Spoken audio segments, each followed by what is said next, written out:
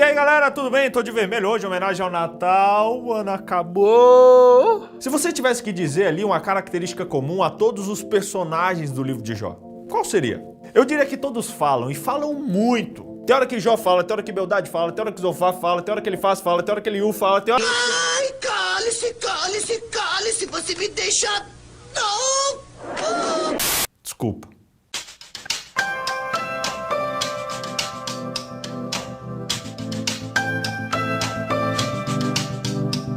Tem gente que fica famoso com a beleza do rosto, outros ficam famosos com a beleza das habilidades, mas alguns ganham rios de dinheiro com a beleza da voz. Vozes como de Cid Moreira, Jabulani,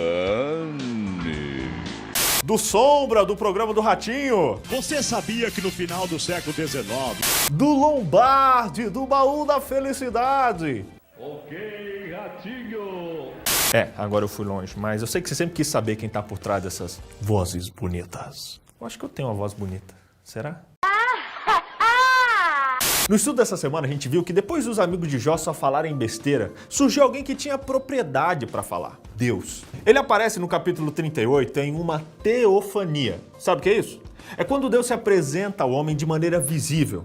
Anota aí para depois ostentar conhecimento lá no culto de pôr do sol. O primeiro recado que Deus estava deixando, ele deu mesmo sem falar nada. A sua presença já estava dizendo. Deus estava ali, próximo, interagindo, existindo e se importou com Jó o suficiente para vir falar com ele. E Deus inicia a sua fala com uma pergunta. Quem é esse que obscurece o conhecimento divino falando coisas sem conhecimento? O lance é que essa pergunta meio azeda de Deus tinha um ensinamento embutido. Jó tinha muitas coisas a dizer sobre Deus, mas certamente havia muito que ele ainda não compreendia.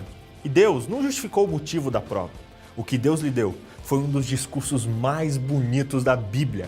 Num combo de poesia e perguntas retóricas, conhecimento físico e sarcasmo, como só Deus conseguiria fazer, Deus começa perguntando: onde você estava, Jó, quando eu lancei os fundamentos da terra? Em outras palavras, onde você estava quando eu criei o mundo? E depois Deus manda é claro que você sabe de todas essas coisas, pois você já tinha nascido, você viveu tantos anos. E Deus segue falando da grandeza dele, em contraste com a pequenez de Jó. Fala de quando criou as nuvens, as estrelas, os animais, os meteoros. E em outras palavras, Deus diz: quem é você, Jó, para tentar entender os meus caminhos?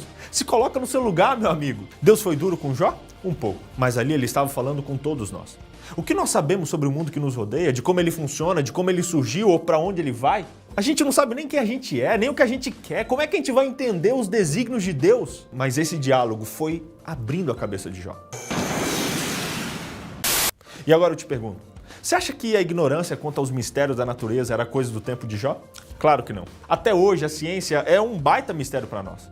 Quanto mais a ciência descobre, mais percebe o quanto ainda tem para ser descoberto. Afinal, o seu poder criador é tão incompreensível quanto a sua própria existência. E a Bíblia já nos diz isso faz tempo. Em 1 Coríntios 3,19, a gente aprende que a sabedoria desse mundo é a loucura diante de Deus, pois está escrito: ele apanha os sábios na sua própria astúcia. Não contavam com minha astúcia.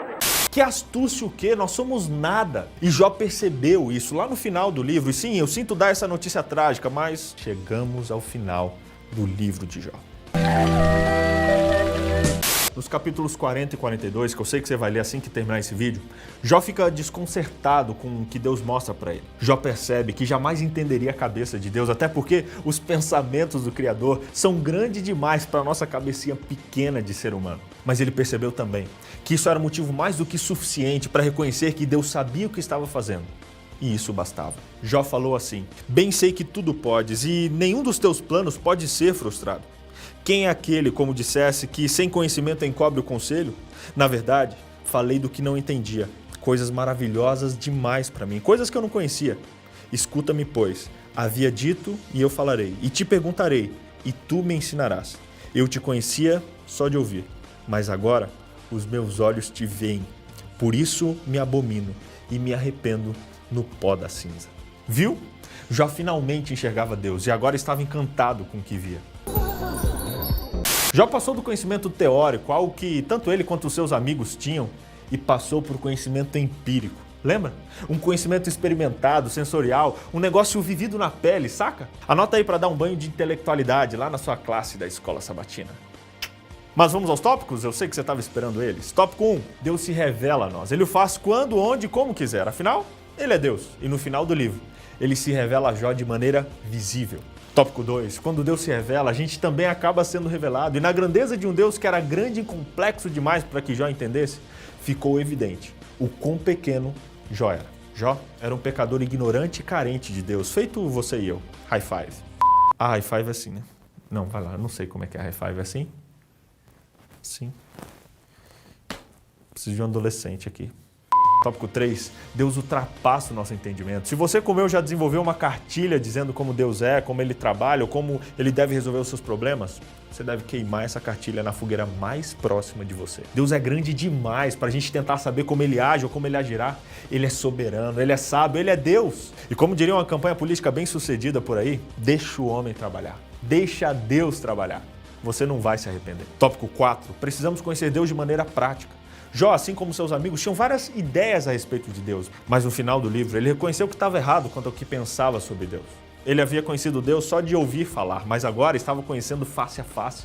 E é isso que a gente precisa fazer, conhecer Deus de maneira prática, de maneira real, à flor da pele, e não pelo que a gente acha que Ele é. Tópicos espetaculares, não é? Vai dizer.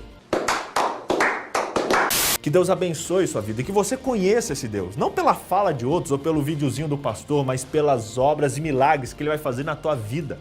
Pare de conjecturar sobre Deus e comece a experimentar Deus na sua vida diária. Se você quiser ver as lições anteriores, clique aqui. Se quiser saber mais como receber as bênçãos de Deus, é só clicar aqui. Se quiser se inscrever, clica aqui na minha cara, beleza? Abração e um abraço pro Abraão Melo lá do Pará. É isso aí, é nóis. Valeu!